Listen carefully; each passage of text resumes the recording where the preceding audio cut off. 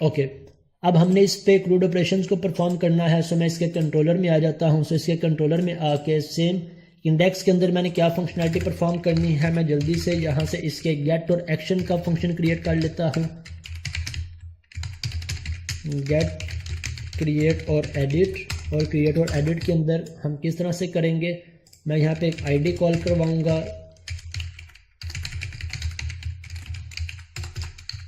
और app user, जो अभी हमने कैटेगरी के अंदर फंक्शनैलिटी परफॉर्म की है, सेम फंक्शनैलिटी मैं यहाँ पे इम्प्लीमेंट कर रहा हूँ। और ये ऑब्जेक्ट हम पास करवा देंगे इस व्यू के अंदर।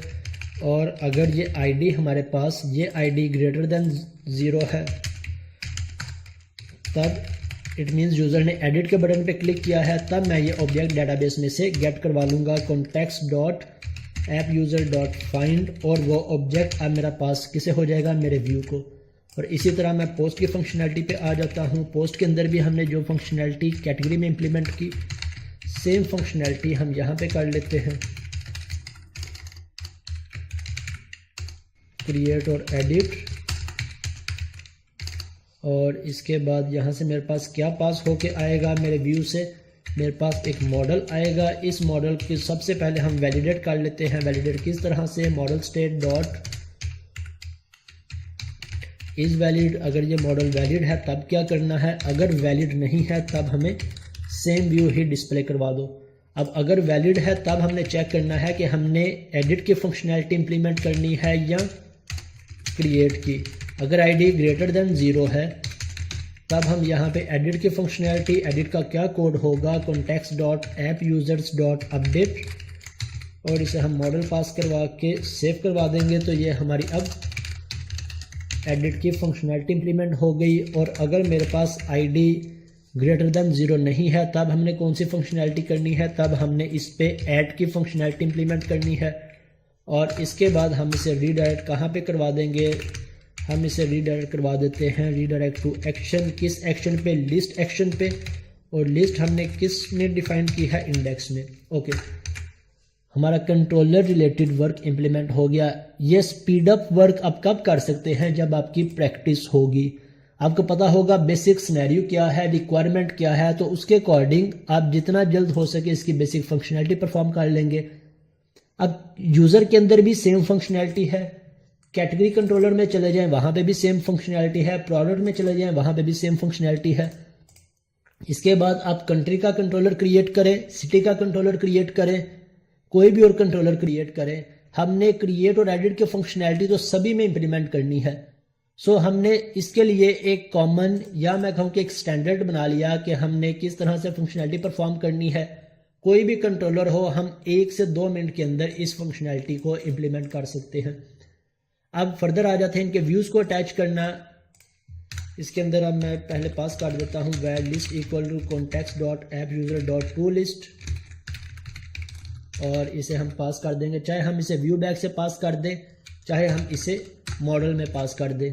अब यहाँ पे लिस्ट पास करने की बजाय मैं डायरेक्ट भी यहाँ से ये रिकॉर्ड पास करवा सकता हूँ, इसे हम डायरेक्ट पास करवा दें। अब डायरेक्ट के अंदर हम context dot app user dot to list ना भी लिखें तब भी हमारे पास लिस्ट ही फॉरवर्ड होगी। सो हम ये रहने दें। चाहे हमें पता है कि जब कॉन्टेक्स्ट डॉट ऐप यूज़र लिखेंगे तब इसकी रिटर्न टाइप होगी आई इन्यूमरेबल, और अगर हम आई इन्यूमरेबल की बजाय डॉट टू लिस्ट लिख देंगे अब इसकी डाटा टाइप होगी टू लिस्ट।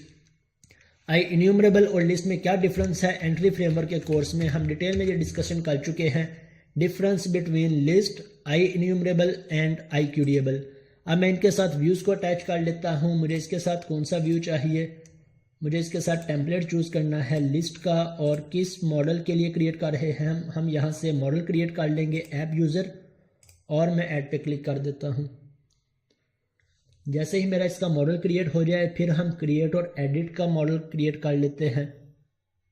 ओके, अब हम इसकी थोड़ी सी स्टाइलिंग चेंज कर लेते हैं। टॉप पे हमें क्या डिस्प्ले करवाना है, यूज़र लिस्ट, यूज़र लिस्ट। इसके बाद मेरे पास क्रिएट का, क्रिएट के लिए हम क्रिएट को यूज़ नहीं करते बल्कि हम यूज़ करते हैं क्रिएट और एडिट को।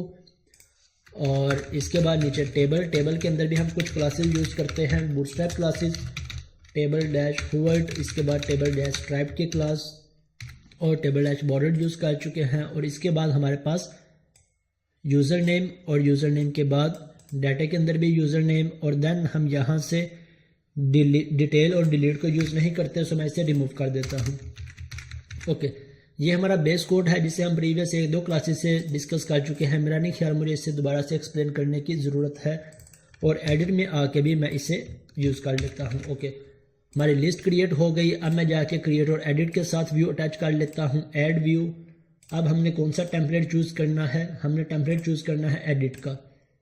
क्यों एडिट का? क्योंकि एडिट हमारा क्रिएट के लिए भी यूज़ हो जाएगा और एडिट के लिए भी यूज़ हो जाएगा। अब इसे क्रिएट कर देते हैं। ओके, अब इसे भी थोड़ा सा चेंज कर लेते हैं, थोड़ा सा अंडरस्टैंड कर लेते हैं जो चेंजेस की ज़रूरत है। मैं यहाँ से आके इसका नेम चेंज कर देता हूँ ऐप यूज़र्स, और इसे रिमूव कर देता हूँ। इसके बाद यहाँ से आके हमने क्या चेंज करना है, हम इसके समरी एरर समरी डिस्प्ले नहीं करवाना चाहते।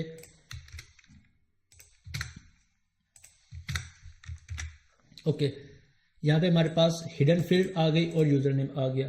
अब जब यूज़र सबमिट पे क्लिक करेगा, चाहे क्रिएट हो चाहे एडिट हो, मेरा रिकॉर्ड मेरा फॉर्म सबमिट हो के इस एक्शन पे जाएगा, और इस एक्शन में हमने इन दोनों की फंक्शनैलिटी इम्प्लीमेंट कर ली है। अब इसे डायरेक्ट रन करके देखते हैं। अगर कोई एरर आएगा तो उसे फिक्स कर लेंगे, नहीं एरर आएगा तो 1-2 रिकॉर्ड्स क्रिएट और एडिट करके देख लेंगे, और फिर हम इसके अंदर नेक्स्ट सिटीज़ को ऐड करते हैं। सिटीज़ के लिए हम ड्रॉप डाउन को ऐड करेंगे। इसके बाद हम जेंडर को ऐड करेंगे। जेंडर के लिए हम रेडियो बटन्स पे वर्किंग सीखेंगे।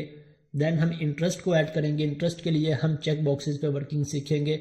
यहाँ से मैंने यूज़र का लिंक क्रिएट नहीं किया, मैं डायरेक्ट यहाँ से चला जाता हूँ ऐप यूज़र और इंडेक्स। यहाँ से मेरे पास ऐप यूज़र कंट्रोलर है, यहाँ ऐप यूज़र्स कंट्रोलर है, ऐप यूज़र कंट्रोलर। ओके, मेरा ऐप यूज़र ओपन हो गया। मैं क्रिएट पे क्लिक कर देता हूँ। मैं यहाँ से लेट्स से यूज़र क्रिएट कर लेता हूँ, अली के नाम से सेव किया। मेरा यूज़र क्रिएट हो गया। इसे एडिट करके देख लेते हैं क्या एडिट भी हो रहा है या नहीं। ओके, मेरे पास एडिट हो गया। इसी तरह मैं 1-2 और यूज़र्स क्रिएट करके देख लेता हूँ, जॉन और मार्क, और किसी और को भी एडिट करके देख लेते हैं, मार्क 1। ओके, इट मीन्स हमारी क्रिएट एडिट की फंक्शनैलिटी एज एक्सपेक्टेड इम्प्लीमेंट हो गई।